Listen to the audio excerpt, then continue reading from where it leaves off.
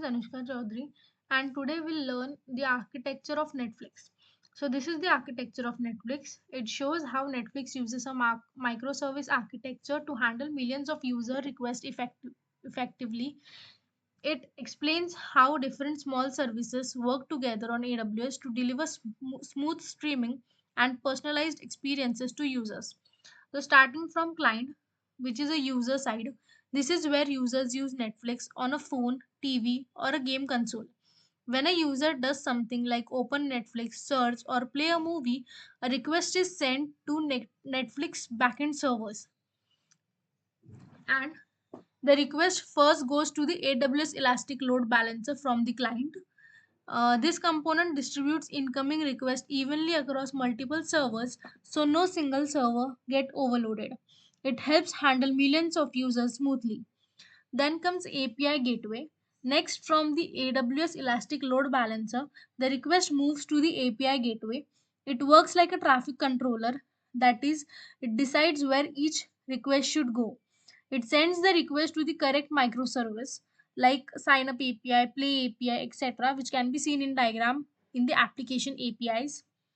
So Netflix has many microservices, each doing a specific job.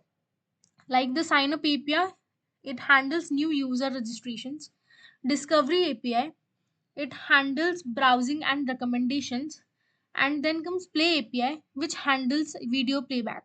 These small independent services make Netflix faster and easier to update. Then there is Cache.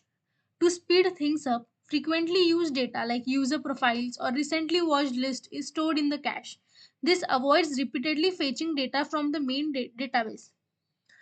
Then comes database. This database is the place where all the main data is stored, like the user details, watch history, payment info, etc. All microservices can access it when needed.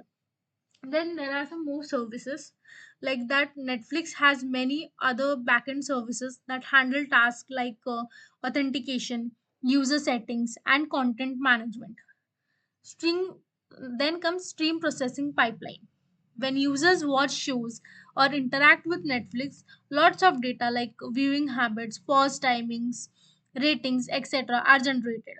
This data is sent to the stream processing pipeline, which uses Kafka for real time message streaming, Apache Spark for analyzing data, AWS S3 or Hadoop for storing big data, Elasticsearch for faster searching. This helps Netflix improve recommendations, detect fraud, and understand user behavior in real time. In this way, Netflix microservice architecture makes the system faster, more reliable, and easier to scale. It helps deliver seamless streaming, quick responses, and personalized recommendations to users worldwide. Thank you.